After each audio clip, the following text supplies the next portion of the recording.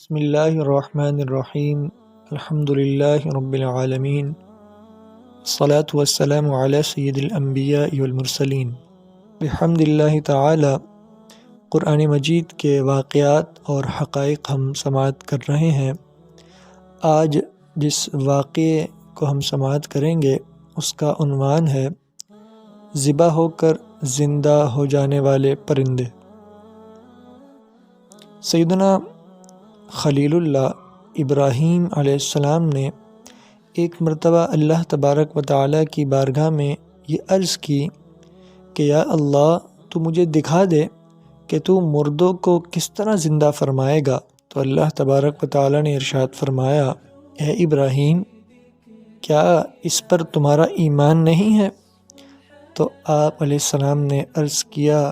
کہ کیوں نہیں، میں اس پر ایمان تو رکھتا ہوں، لیکن میری تمنا یہ ہے کہ اس منظر کو اپنی آنکھوں سے دیکھ لوں تاکہ میرے دل کو قرار آ جائے۔ تو اللہ تبارک و تعالی نے ارشاد فرمایا کہ تم 4 پرندوں کو پالو اور ان کو خوب اپنے ساتھ مانوس کر لو، اچھی طرح اسے اپنے ساتھ ہلا لو، پھر تم انہیں ذبح کر کے ان کا قیمہ بنا کر جو آس پاس کے پہاڑ ہیں چند پہاڑوں پر ان کا گوشت الگ الگ رکھ دو، پھر ان پرندوں کو پکارو تو وہ پرندے زندہ ہو کر دوڑتے ہوئے تمہارے پاس آ جائیں گے اور تم مردوں کے زندہ ہونے کا منظر اپنی آنکھوں سے دیکھ لو گے۔ چنانچہ حضرت ابراہیم علیہ السلام نے ایک مرغ، ایک کبوتر، ایک گدھ، ایک مور، یہ 4 پرندے پالے اور ایک مدت تک ان 4 پرندوں کو اپنے ساتھ خوب مانوس کر لیا، ان کی خوب خدمت کی، انہیں کھلایا پلایا، پھر ان 4 پرندوں کو ذبح کر کے ان کے سروں کو اپنے پاس رکھ لیا اور ان 4 کا قیمہ بنا کر تھوڑا تھوڑا گوشت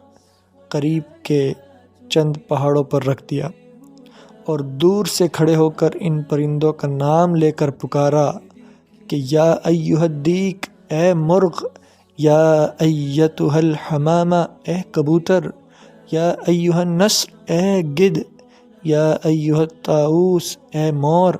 آپ کی پکار پر ایک دم پہاڑوں سے گوشت کا قیمہ اڑنا شروع ہو گیا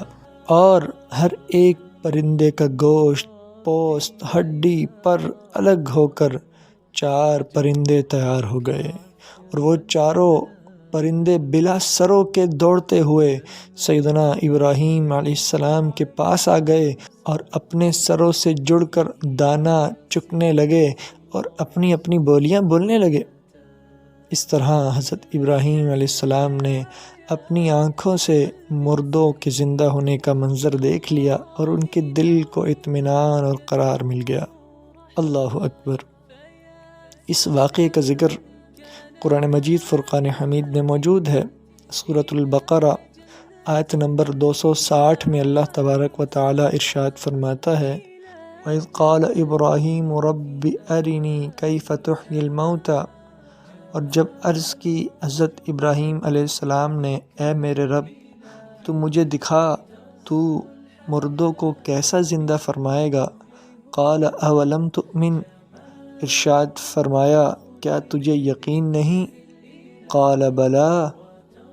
عرض کی ہاں کیوں نہیں، مجھے اس بات کا یقین ہے، وَلَٰكِن لِيَطْمَئِنَّ قَلْبِي، مگر یہ چاہتا ہوں کہ میرے دل کو قرار آ جائے۔ قال، اللہ تبارک و تعالی نے ارشاد فرمایا، فَخُذْ أَرْبَعَةً مِّنَ الطَّيْرِ فَصُرْهُنَّ إِلَيْكَ، فرمایا تو 4 پرندے لے،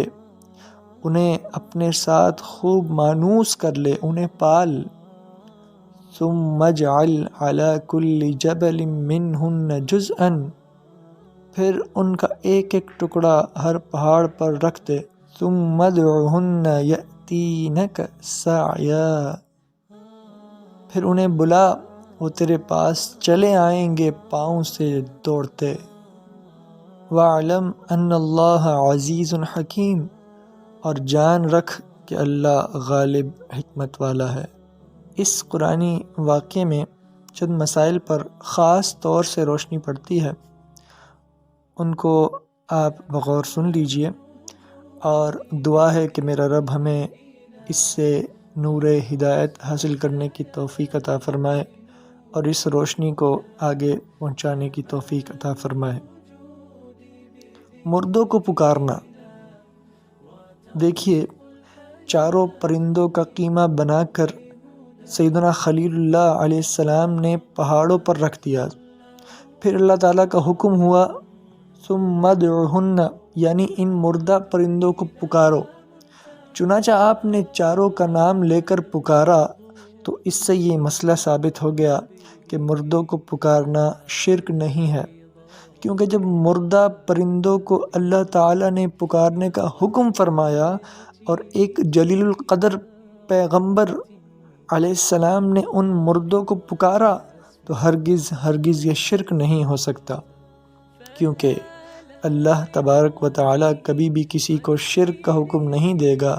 اور نہ ہی کوئی نبی کبھی شرک کا کام کر سکتا ہے۔ تو جب مرے ہوئے پرندوں کو پکارنا شرک نہیں، تو وفات پائے ہوئے اللہ کے بندے، ولی اور شہداء کو پکارنا کیوں کر شرک ہو سکتا ہے؟ جو لوگ ولیوں اور شہیدوں کے پکارنے کو شرک کہتے ہیں اور یا غوث کا نعرہ لگانے والوں کو مشرک کہتے ہیں، انہیں تھوڑی دیر سر جھکا کر سوچنا چاہیے کہ اس قرآنی واقعے کی روشنی میں انہیں ہدایت کا نور نظر آ جائے اور وہ اہل سنت کے طریقے پر یعنی صراط مستقیم پر گامزن ہو جائے۔ میرا رب ہمیں ہمیشہ صحابہ علیہم رضوان کے طریقے پر چلنے کی توفیق عطا فرمائے۔ اس واقعے میں تصوف کا ایک عمیق نکتہ موجود ہے، وہ یہ ہے کہ سیدنا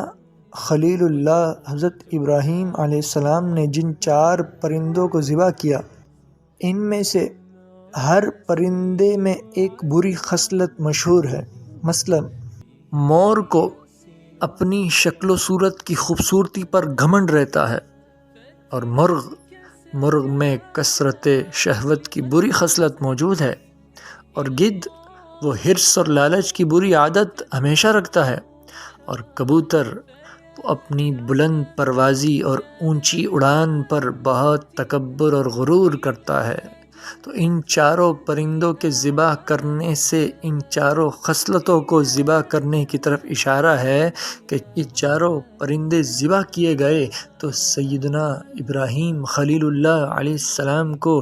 مردوں کے زندہ ہونے کا منظر نظر آیا، اور ان کے دل میں نور اطمینان کی تجلی ہوئی، جس کی بدولت انہیں نفس مطمئنہ کی دولت مل گئی۔ تو جو شخص یہ چاہتا ہے کہ اس کا دل زندہ ہو جائے اور اس کو نفس مطمئنہ کی دولت نصیب ہو جائے، اس کو چاہیے کہ مرغ ذبح کرے، یعنی اپنی نفسانی شہوات پر چھری پھیر دے، اور مور کو ذبح کرے،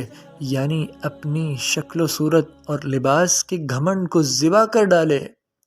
اور گدھ ذبح کرے، یعنی حرص اور لالچ کا گھلا گھونٹ ڈالے، اور کبوتر کو ذبح کرے، یعنی اپنی بلند پروازی اور اونچے مرتبوں، بڑے بڑے عہدوں کے غرور اور تکبر پر چھری چلا دے،